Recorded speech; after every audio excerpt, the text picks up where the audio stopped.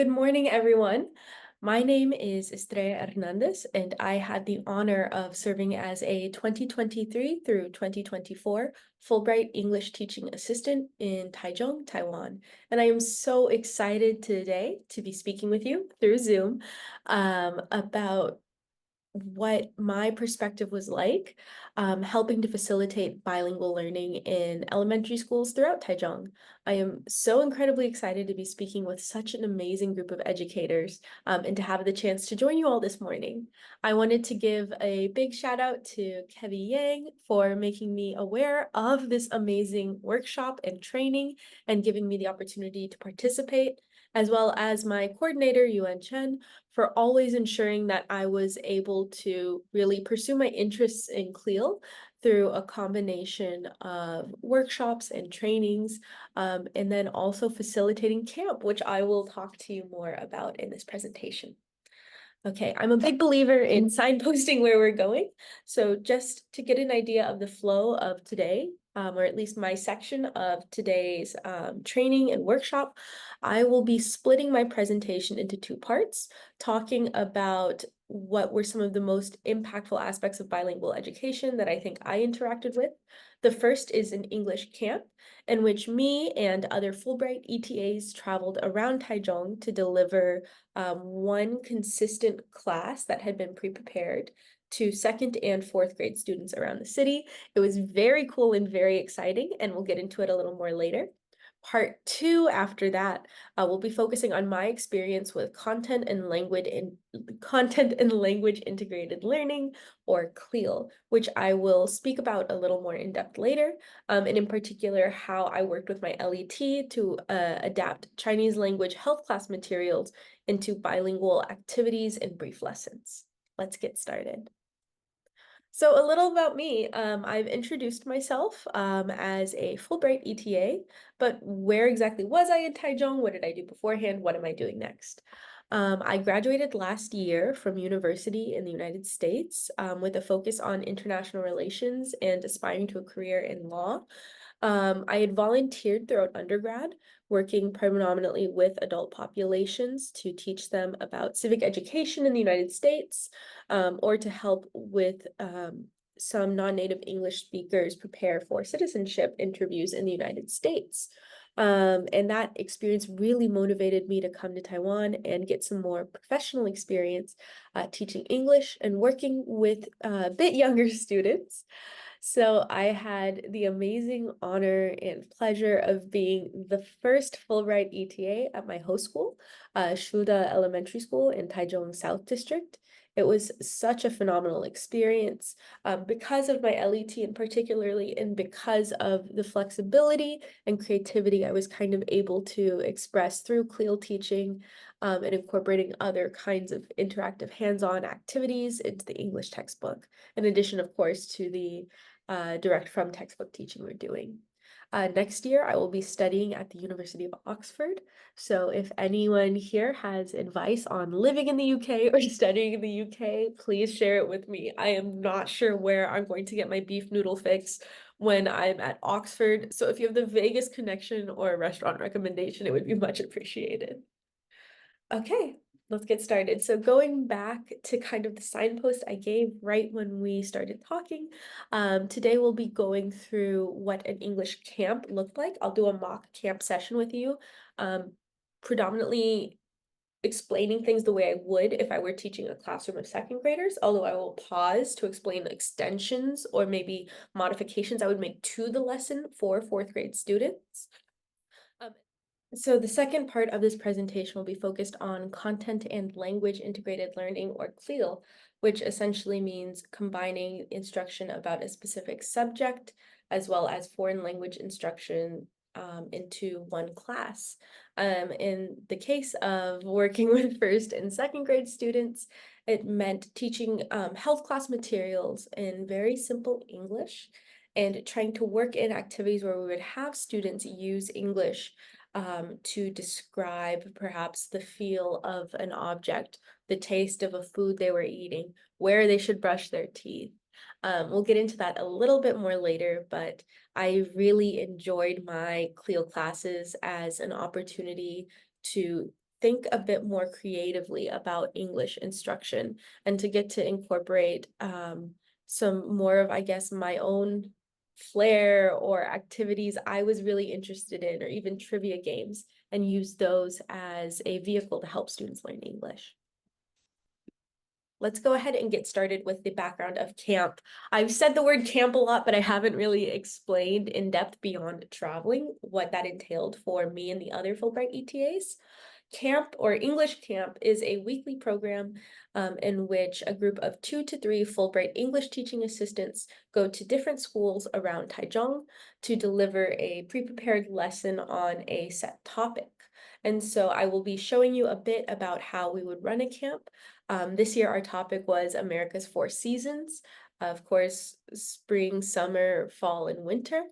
But there's been a wide variance of topics in previous years, which we'll talk about a little bit more later. So we would not return to the same school. We had an idea because of UN's wonderful coordination, if we'd be teaching 2nd or 4th grade students, in one case even 6th grade students. But overall, the purpose of camp is to get us in a new environment, perhaps one where students aren't really exposed to a foreign English teacher or may not have the same level of resourcing that allows them to maybe go to a cram school or interact with foreigners more regularly, or otherwise might make them a little less comfortable speaking English. So the purpose of camp is really just to have a fun, interactive, engaging lesson and help break down that little bit of a barrier or awkwardness that I think happens when speaking a second language. I know as soon as I start speaking Mandarin Chinese, I clam up, even if I'm dead set in my head on what I'm going to say. So it's a really useful opportunity to interact with students at a very young age and help make English a little more accessible and fun for them. This is a map of the places that I taught camp at this year. There were a total of 11 schools, and in some of these classes, we taught only a morning session or only an afternoon session, but there are also cases in which we had camp in both the morning and afternoon. So a typical camp class would take about 90 minutes, including one period of a class that's 40 minutes long, a 10-minute break, and then wrapping up in the next 40-minute scheduling block. This is, of course, is adaptable if you're working with higher grade students, perhaps, who have a greater tolerance for taking in more content, or if scheduling constraints demand, it can be reduced into one class period as well. But we generally stuck with a 2-class period structure because that let us get a mix of direct vocabulary teaching, interactive activities, and then also sometimes to just play with the kids, which is always so much fun. So the other thing that's really special about camp is it's a very teamwork-based activity.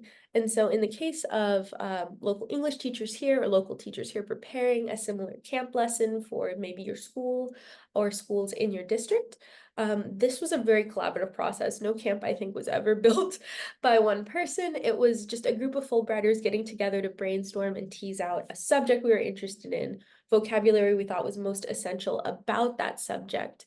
And then, oh, excuse me. Developing camps was an incredibly collaborative experience. So 2 to 3 Fulbright English teachers would be teaching each section of a camp, but the topic, the content was all decided upon by our whole cohort, or at least the segment of that cohort which was doing camp, which is about 8 people total. So we spent a few weeks talking through topics we thought would be relevant and engaging for our students, vocabulary that would be useful not only in the context of our camp lesson, but things that would be useful to teach students in general, and also determining what kind of games or activities would be most fun and perhaps something that a student wouldn't otherwise be doing in class.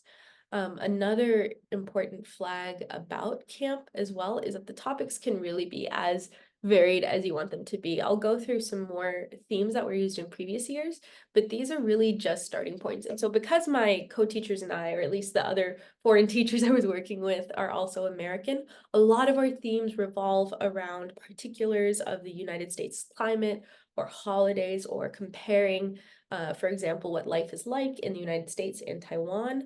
But presumably, if you are interested in comparing Taiwan to another country somewhere else around the world, or you're working with foreign teachers from a different part of the world, these topics can be very easily adapted or remixed. So in 2020 through 2021, I'm not sure if this was the first year that camp was offered or if this was the first year we switched to this format, but it is the oldest one I could find when digging through our Google Drive. The subject was habitat. So the ETAs created this entire lesson comparing different types of habitats for animals, describing a little bit about different animals as well. And I think asking students to describe in varying levels of complexity the differences, but maybe even saying, you know, this animal has fur, this animal lives somewhere hot, this animal lives somewhere cold. The year afterwards, perhaps inspired by Inside Out, which I just saw, so I felt compelled to mention, the cohort focused on talking about feelings and delving into a little bit of social emotional learning, making sure that students were equipped to describe their emotions in simple English terms. And then also encouraging them, you know, to express their emotions, whether they be very positive and happy or perhaps a little more sad. In 2022 through 2023, we had a little bit more of a complex topic, which was the United Nations 17 Sustainable Development Goals, which I've seen quite a bit of around Taiwan, so I'm sure our students are intimately familiar with them. But the focus here is giving kids a little bit of an idea, or maybe kind of building out these lessons about the SDGs by reminding them of the names of these terms in English, giving them an opportunity maybe to consider how different countries could work towards the SDGs, things like that. And then here we have our year 2023 through 2024. And our topic was America's Four Seasons. Excuse me, pardon me for 1 second. So for the America's Four Seasons lesson, which I will teach a bit briefly, we really wanted to spend some time talking both about the seasons, but also giving our students who maybe have a higher level of English proficiency an opportunity to acquire new vocabulary words that they might not otherwise be exposed to go a level beyond just kind of not superficially, but preliminarily explaining the names of the seasons and giving kids an opportunity to think through what activities they might want to try, especially in fall or winter. As we all know, it doesn't get as cold here as it does in some parts of the United States. About letting them imagine taking part, what taking part in a snowball fight would be like, or catching snowflakes. I'll show you some of those activities a little more in depth as well. And then also in the cases where we had students who maybe are a little more shy or uncomfortable speaking English, ensuring that we could also work the lesson down into a level that was comprehensible for them, but also something they could begin to feel confident responding to using TPR. So even maybe if a student was a little nervous about their pronunciation or couldn't quite remember a word, we had gestures to cue them and translations as well embedded throughout the lesson. So let's get started.